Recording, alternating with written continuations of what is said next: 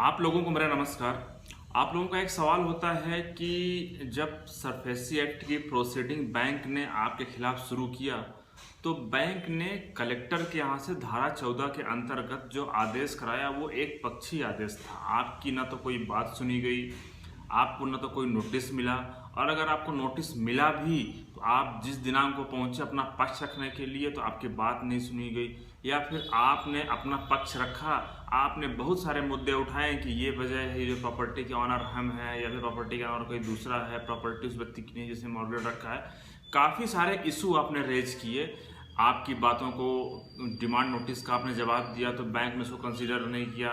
धारा 13(4) की कार्यवाही का आपको नोटिस मिला। बाकी काफ़ी सारे मुद्दे आपने रेज किए कलेक्टर के समक्ष कि कलेक्टर उन चीज़ों का निराकरण करे, उसके बाद आदेश पारित करे। लेकिन आपने देखा कि कलेक्टर का जो आदेश है वो एक पक्षी आदेश है। आप कितनी सारी बातें बताने के बाद भी कलेक्टर ने कुछ भी ध्यान नहीं दिया। कलेक्टर ने एक पक्षी आदेश जारी कर दिया कि इसका कब्जा जो है तो बैंक को दिलाया जाए, अगर नहीं दिलाया जाता है तो पुलिस फोर्स यूज़ की जाएगी। इस तरह से आदेश पारित कर दिया। तो आप लोगों का सवाल होता है क्या हम इसके खिलाफ डीआरटी जा सकते हैं, और कई बार आप लोग डीआरटी चले भी जाते हैं। तो साथ ही इस संदर्भ में मैं आपको स्पष्ट करना चाहूँगा कि देखिए, अगर आप डीआरटी जा रहे हैं तो केवल आप धारा 14 को चैलेंज करने के लिए मत जाइए। या तो आप डिमांड नोटिस को चैलेंज करिए, या तो डिमांड नोटिस में जो ऑब्जेक्शन है उसको चैलेंज करिए, या तो जो एनपीए की जो एनपीए का जो टाइम ड्यूरेशन है उसको चैलेंज करिए कि 90 डेज से पहले ही बैंक ने उसको एनपीए डिक्लेयर कर दिया। या तो फिर जो सिंबॉलिक पोजीशन के नोटिस को लेकर के चैलेंज करिए, या तो उसके चस्पा करने को लेकर के चैलेंज करिए, या फिर सेल नोटिस को चैलेंज करिए। लेकिन केवल धारा 14 को चैलेंज करने के लिए आप डीआरटी मत जाइए, क्योंकि इस संदर्भ में बड़ा स्पष्ट कानून है कि जब धारा 14 के अंतर्गत जब कलेक्टर के पास कोई भी एप्लीकेशन फाइल की जाती है बैंक के द्वारा, तो उस समय बैंक कलेक्टर को मुख्यतः दो चीज़ें देखनी होती हैं। पहला ये कि डिमांड नोटिस दिया गया था, और डिमांड नोटिस देखने का क्या तरीका है।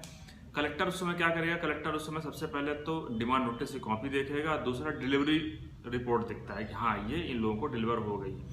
दूसरा ये है, कलेक्टर को देखना होता है कि यहाँ पे जो कलेक्टर का जो जुडिक्शन है वो जो प्रॉपर्टी है वो उसी के जुडिक्शन में सिचुएटेड है, मतलब उसके पास अधिकार है फैसला देने का।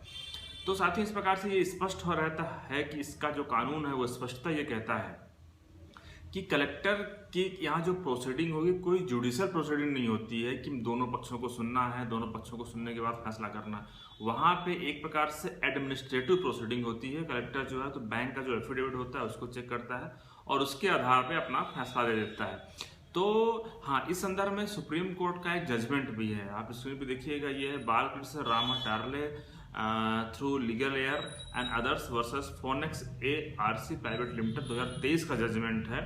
इसमें बताया गया है कि कलेक्टर के पास विवाद का निराकरण करने की कोई पावर नहीं होती धारा 14 के अंतर्गत। वो आपको अगर चैलेंज करना है, आपका जो भी इशू है, तो उसको आप डीआरटी में चैलेंज कर सकते हैं। तो कलेक्टर के यहाँ अगर कलेक्टर ने आपकी बात नहीं भी सुनी तो कलेक्टर ने यहाँ पे कोई मिस्टेक नहीं किया, कोई गलती नहीं की है। वो ना सुन के भी उसने जो भी किया है वो सही किया है। तो मुझे उम्मीद है कि आप अगर डीआरटी जा रहे हैं तो केवल कलेक्टर को ऑर्डर चैलेंज करने के लिए मत जाइए कि आपकी बात नहीं सुनी गई है।